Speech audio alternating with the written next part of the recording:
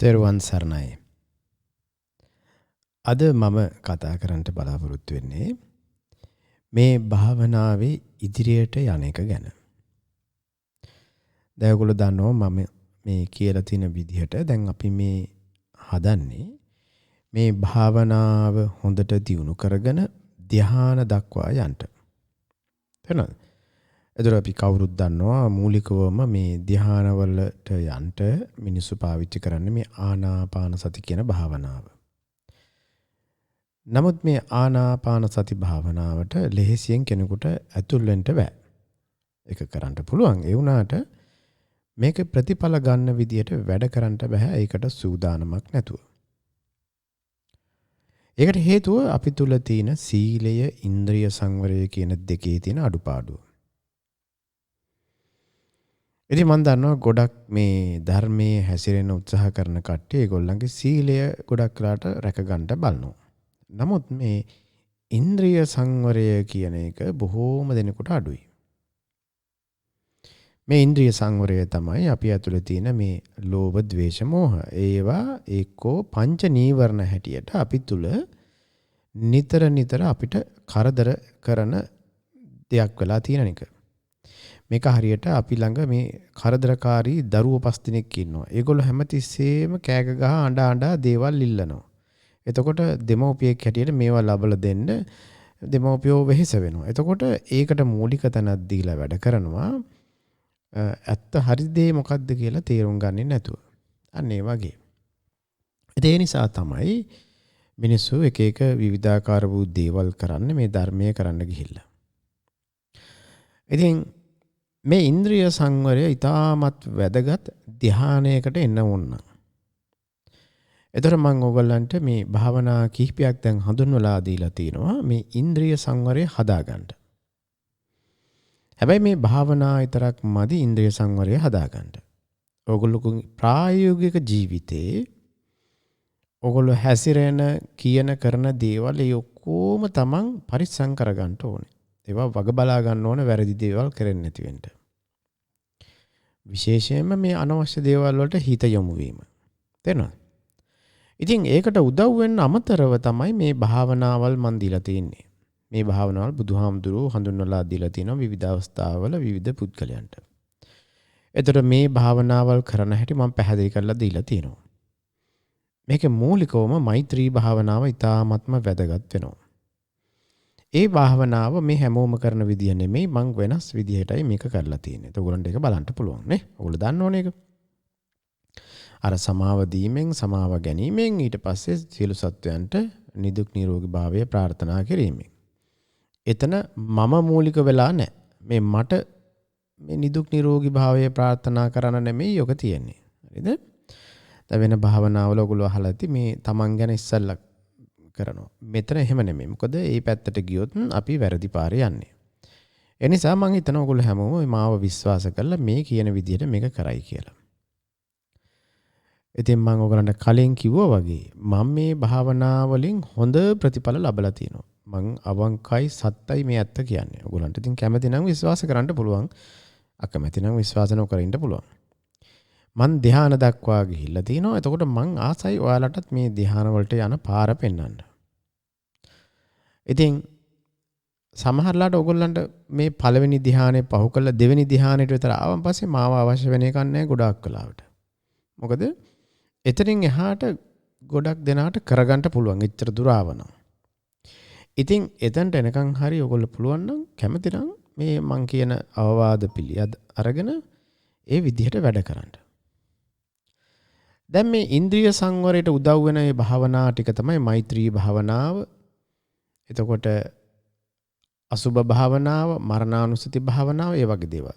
එතකොට තව බුද්ධානුසතියත් යොදා ගන්න පුළුවන්. මම බුද්ධානුසතිය මෙතන දාන්නේ නැහැ. නමුත් ඕගොල්ලන්ට ඒක කරන්න පුළුවන්. මම ඇත්තටම බුද්ධානුසතිය නොකර තරමට මොකද මම ස්වභාවයෙන්ම මම ගොඩක් බුදුහාමුදුරුවෝ කෙරෙහි ශ්‍රද්ධාවක් යම්කිසි විදිහක තේරුම් ගැනීමක් තිබ්බා.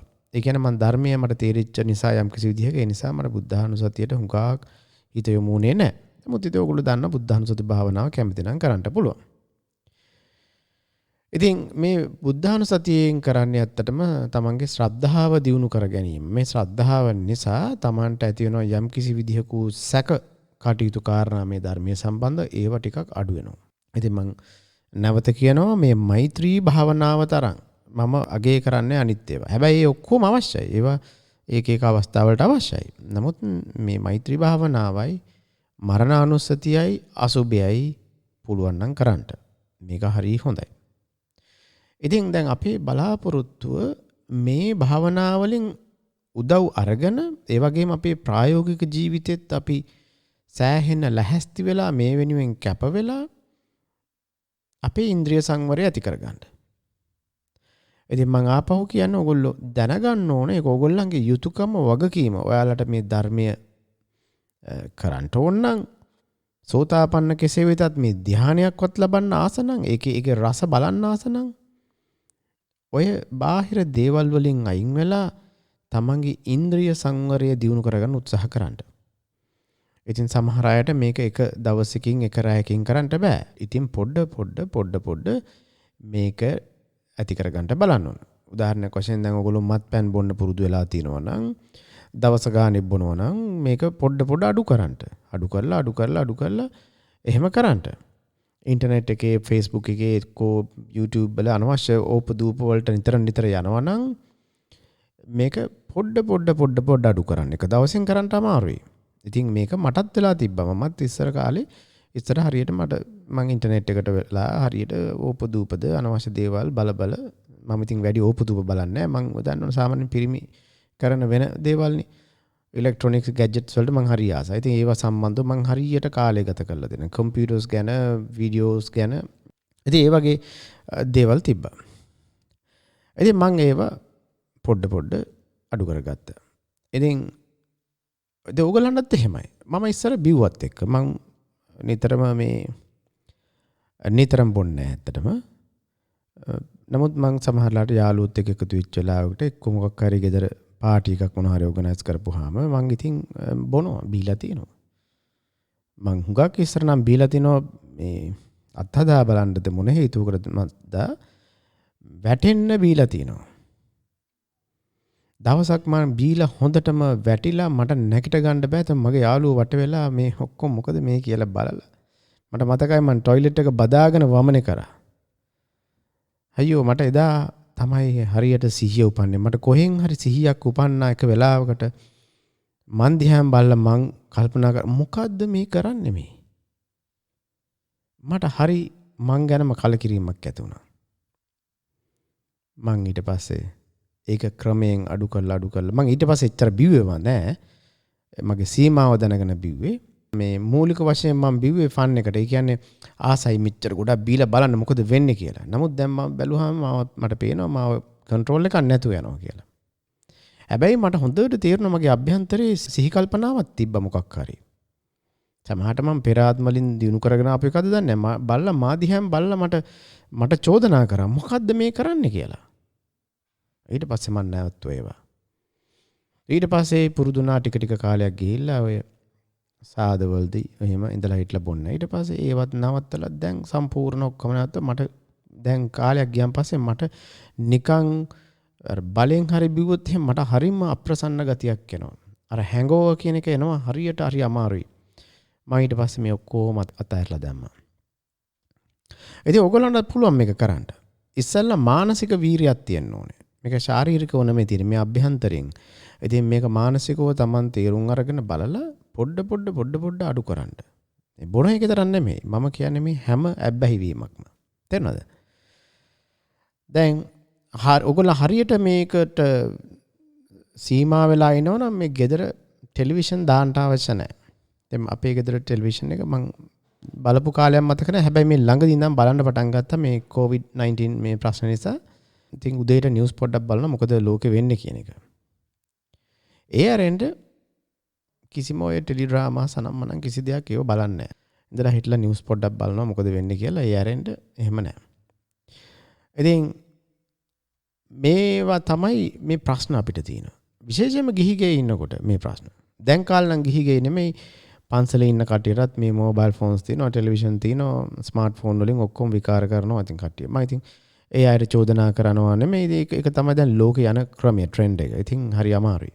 ඉතින් ඒවෙන් බේරලා ඉන්න එයාලට ඔච්චර මේ chance එක තියලා එකත් බැරි නම් ඉතින් හරිම අපරාධයක්. ඉතින් මේ ඔයගොල්ලෝ වරදවා හිතන්න එපා මම මේ සංඝ පරපුරට විරුද්ධ කමක් නන් නෙමෙයි. මට කනගාටු මේගොල්ලොත් මේ අපිත් අතරමං වෙලා ඒගොල්ලොත් අතරමං වෙලා ඉන්න හින්දා. අන්න ඒකයි වැඩි. ඉතින් ඒක කෙසේ වෙතත් මම ඉතින් ඔයගොල්ලන්ට කියන්නේ ඔයගොල්ලෝ අවංකවම හිතට ගන්නට මේ ජීවිතේ ඔයගොල්ලෝ මැරෙන්න ඉස්සෙල්ලා එක පාරක් හරි මේ ධානයක් අත්දකලා බලන්න. ඒක හරිම සුන්දරයි, හරිම ලස්සනයි. අනිත් එක මහා පිනක් වෙනවා. කුසල කර්මයක්. තේරුණාද? පුළුවන් නම් අත්දකලා බලන්න. මං ඉන්නවා මන් දන්නේ කොච්චර කාලයකටද කියලා. මම ඉන්නවා ඔයගොල්ලෝ වෙනුවෙන් උදව් කරන්න. ඒ කියන්නේ දැන් ඔයගොල්ලෝ ගිහිල්ලා පළවෙනි ධ්‍යානෙට යන්න ගිහිල්ලා ඔයගොල්ලෝ හිර වෙලා දන්නේ නැත්තම් මොකද කරන්න කියලා මම ඉන්නවා කියලා දෙන්න, පාර කියලා දෙන්න. අන්න ඒකයි කල්යාණ මිත්‍රයන්ගෙන් තියෙන උපකාරය. දෙවෙනි ධ්‍යානෙට යන්න කොහොමද අඳුනගන්නේ, කොහොමද පාර හොයාගන්නේ, මම ඒ වලට උදව් කරන්න ඉන්නවා. ඉතින් මන් දන්නවා ඔයගොල්ලෝ අතරේ අඩුම ගානේ සුළු පිරිසක් හරි ඉන්නවා මේ භාවනාවල් කරන්න උනන්දු වෙනවා. උනන්දු වෙලා ඔයගොල්ලොන්ට යම් කිසි විදිහකට මේ ධ්‍යාන වලට ළඟා වෙලා ඒ වලට ගොඩ වෙන්න බැරි නම් එක්කෝ අතරමං වෙනවා නම් ඒකට මම ඉන්නවා උදව් කරන්න. ඒතර ඔයගලන්ට පුළුවන් මට කතා කරලා මගේ අත්දැකීමුත් උපකාරය කරගෙන ඔයගලන්ට හරි පාරේ යන්න. ඉතින් ඔහොම ගිහිල්ලා ඔයගලන්ට මේ දෙවෙනි ධ්‍යානයේ දක්වා යන්න පුළුවන් වුණොත් මං හිතනවා එතනින් එහාට ඔයගලන්ට මාව අවශ්‍ය නැහැ. මොකද එතනින් එහාට ගොඩක් වෙලාට පාර හොයාගෙන යන්න පුළුවන් ගතියක් ඇති වෙනවා. ඉතින් ඒක කෙසේ වෙතත් ඕගොල්ලන්ට කොහොමද මේ ආනාපාන සති භාවනාවට ඇතුල් වෙන්නේ? මේ ඇතුල් වෙන්න නම් අර මං කිව්ව විදියට තමන්ගේ ඉන්ද්‍රිය සංවරය ඇති කරගෙන මේ භාවනාවල් අවංකවම හොඳින් දියුණු කරගෙන ඊට අමතරව තමන්ට කැමති නම් ධර්ම දැනුමක් දියුණු කරගන්න පුළුවන්. එහෙම කරගෙන ඉදිරියට එන්න. ඉදිරියට ඇවිල්ලා දැන් අපි ඊළඟට කරන්න බලාපොරොත්තු වෙනවා මේ ආනාපාන සති භාවනාව. දැන් මේ හැම භාවනාවකදීම මම මූලික ඕගලන්ට කියන්න ඕනේ අර මම ඕගලන්ට කියලා තියෙන අර පෙරහුරු භාවනාව. ඒක කරලා අර මොහුන ඉස්සරහට හිත ගෙනහැල්ලා නවත්තගෙන තියාගන්න හොඳට පුරුදු වෙන්න. ඒතන ඉතාමත්ම අවශ්‍යයි. දැන් ගොඩක් තැන්වල මේ ගැන කියන්නේ නැහැ. මේ ආනාපාන සති භාවනාව කරනකොට මේ මුහුණ ඉස්සරහට හිත ගෙනෙන්න ඕනේ එකේ වැදගත්කම හොඳට පැහැදිලිව කියන්නේ නැහැ. ඉතින් මේකත් එක හේතුවක් තමයි මේ කට්ටිය ධ්‍යාන කරා නොයන්නේ. එතකොට මේ ආනාපාන සතිය කරන්න ඉස්සෙල්ලා තමන්ගේ මුහුණ ඉස්සරහට හිත ගෙනහැල්ලා රඳවගෙන තියාගන්න එක ඉතාමත්ම වැදගත් කාරණයක්. හරිද? ඊට පස්සේ මේ ආනාපාන සති භාවනාව කරන්න පටන් අරගෙන ඊට පස්සේ තමන් මොකද කරන්නේ? හිමින් හිමින් පොඩ මේ බාහිර ලෝකයෙන් අයින් වෙලා අර තමාගේ මුහුණ ඉස්සරහට ගෙනාපු හිත තියෙනවනේ එතන ඉඳන් ඒක තුලින් ආනාපාන සති භාවනාවට යන්න ඕනේ. ඉතින් මේක මම කිව්වට සමහරට පැහැදිලි නැති වෙන්න පුළුවන්. අපි කරන වෙලාවට ඒක බලමු. එහෙම ගිහිල්ලා ඊට පස්සේ තමයි මේ මුළු ලෝකෙම අමතක කරලා අර භාවනාව තුල හිත පළපුරුදු කරගෙන ඒ තුල රැඳවිලා තියාගන්න තමන් පුරුදු වෙන්න ඕනේ. අන්න එතෙන් තමයි කියන්නේ අර සබ්බකාය පටිසංවේදී කියන්නේ. ඉතින් ඒක කරනකොට තමයි ඔන්න පොඩ ධ්‍යාන අංග පහළ වෙලා ධ්‍යාන වලට යන්නේ. ඉතින් මේක අපි විස්තරatuව කතා කරමු. ඒ වගේම දැන් ඔයගොල්ලෝ භාවනා කරලා මේ ධ්‍යාන ලබන්න තරම් සුදුසු තත්වයකට වාතාවරණයකට ආවොත් මට පුළුවන් ඔයගොල්ලොන්ත් එක්ක සාකච්ඡා කරලා අවශ්‍ය කෙනාට අවශ්‍ය උපදෙස් දෙන්න. ඒක ඉක්මනින් කරගන්න ඕන. ඉතින් මේ ඔක්කොටම ඉස්සෙල්ලා සීලය, ඉන්ද්‍රිය සංවරය ඇති කරගෙන අර හිත ප්‍රීතිමත් ස්වභාවයකට එන්න ඕනේ. ඒ හිත ප්‍රීතිමත් ස්වභාවයකටපත් වෙනවා මෛත්‍රී භාවනාව හොඳට කරොත්. ඒකේ අමතක කරන්න හොඳ නැති කොටසක් තමයි අර සමාව දීමයි සමාව ගැනීමයි. හරිද? ඒක ඉතාමත්ම වැදගත්. ඊට පස්සේ ඒකෙන් Tamanට විසඳුමක් එනවා අඩු නම් අසුබ භාවනාව කරන්න පුළුවන්. ඒකෙන් Tamanගේ ගතිගුණ අනුව එතකොට ඕනනම් මේ මරණානුසතිය කරන්න පුළුවන්. එතකොට ওই දෙක හරි බුද්ධානුසතිය හරි කොහොම හරි කරලා තමන් මේ භාවනාවල් දැන් මම කරපු භාවනාවල් හරියට කළොත් තමන්ට අනිවාර්යයෙන්ම හොඳ ප්‍රීතිමත් සිතක් බොහොම සැහැල්ලුකමක් ඇති වෙන්න ඕනේ. මේ ප්‍රීතිමත් සැහැල්ලුකම උපකාරී වෙනවා ඊළඟ අවධියේදී මේ ආනාපාන සතිය හොඳට කරන්න.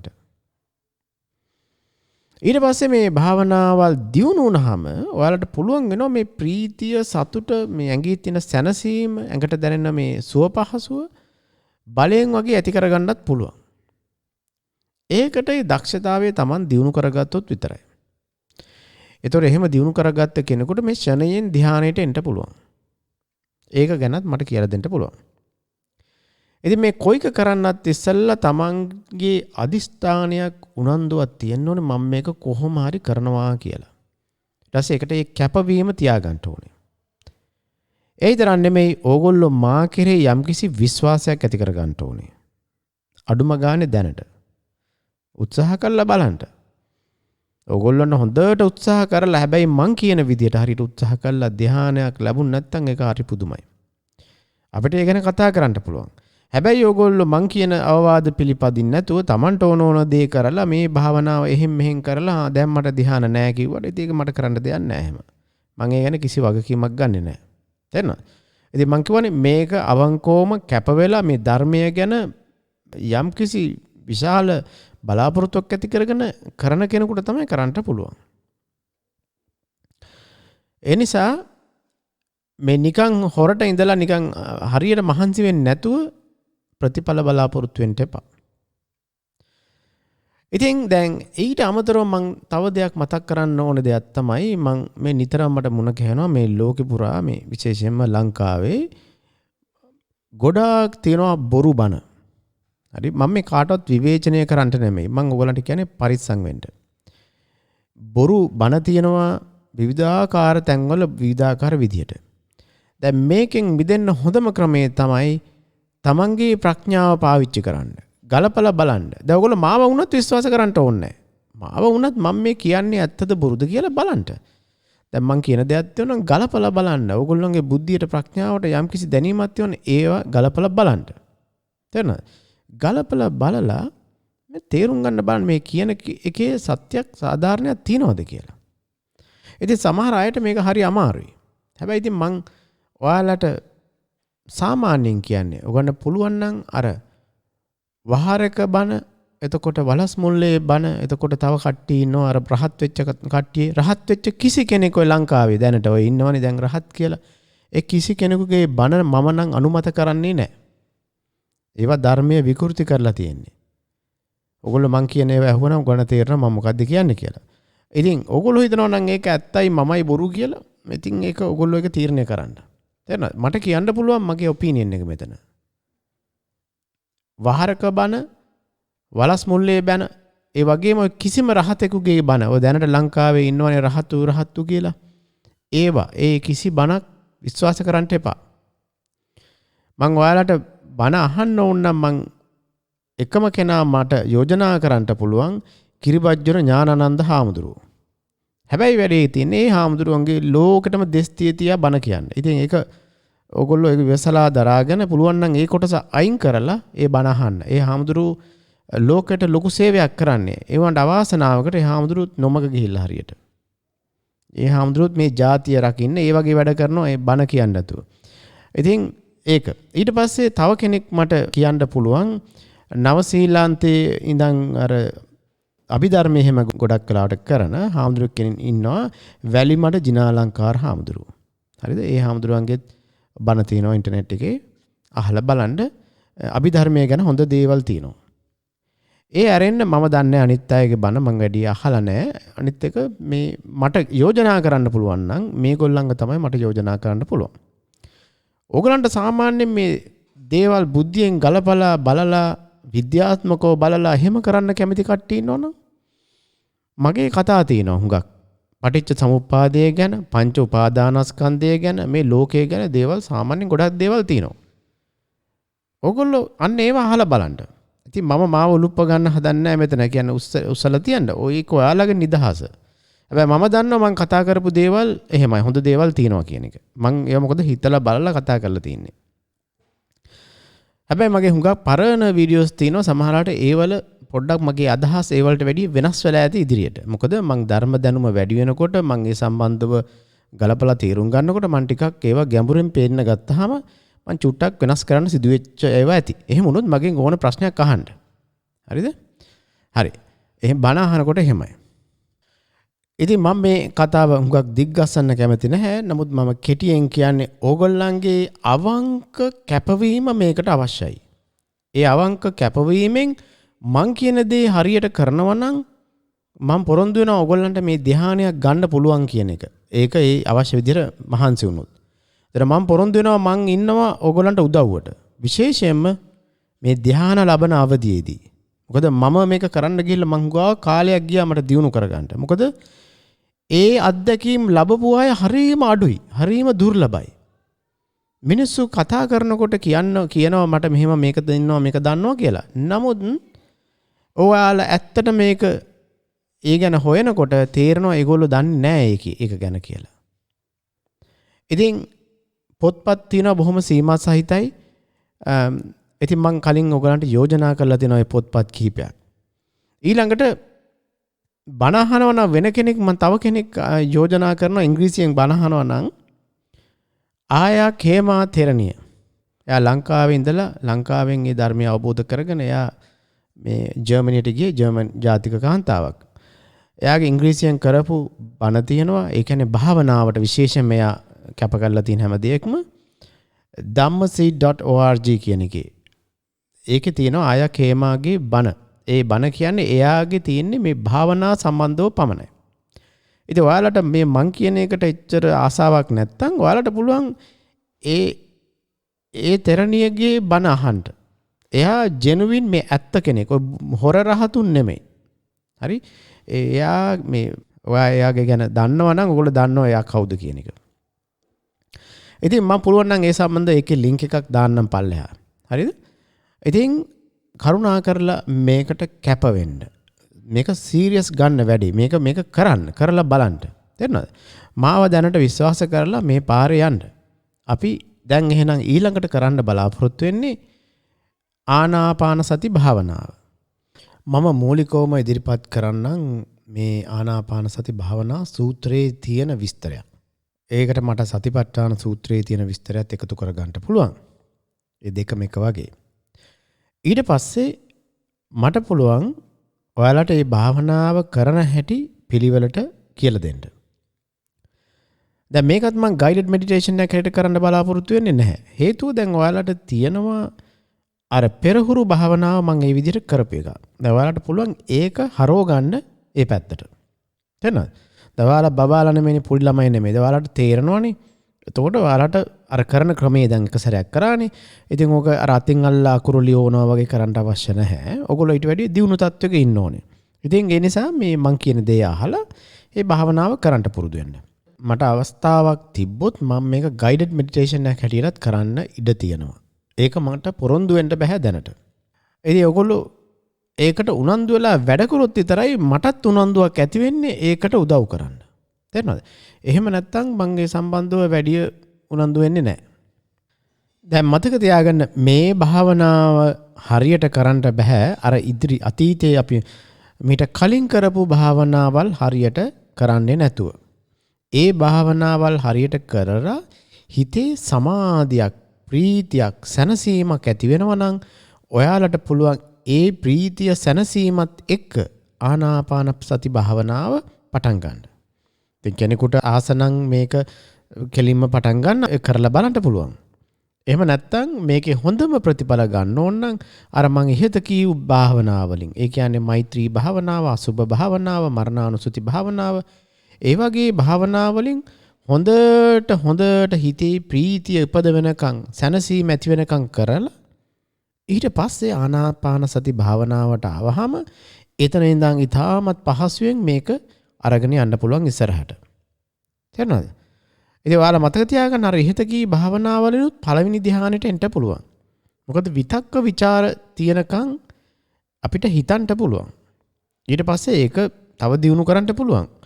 ඉතින් ඒක ගැන අපි පස්සේ කතා කරමු. මෙතනට දැන් අදාළ නැහැනේ. ඒ නිසා මේ පාරේ යන්න මෛත්‍රී භාවනාව කරලා ඊට පස්සේ ආනාපාන සති භාවනාවට අවතීර්ණ වෙන්න. හොඳයි. එහෙනම් මං හිතනවා මං මේට වැඩි මේක පැහැදිලි කරන්න අවශ්‍යතාවයක් නැහැ. ඉතින් ඉදිරියටත් අපි හමු වෙනතුරු ඔබ සැමට තෙරුවන් සරණයි.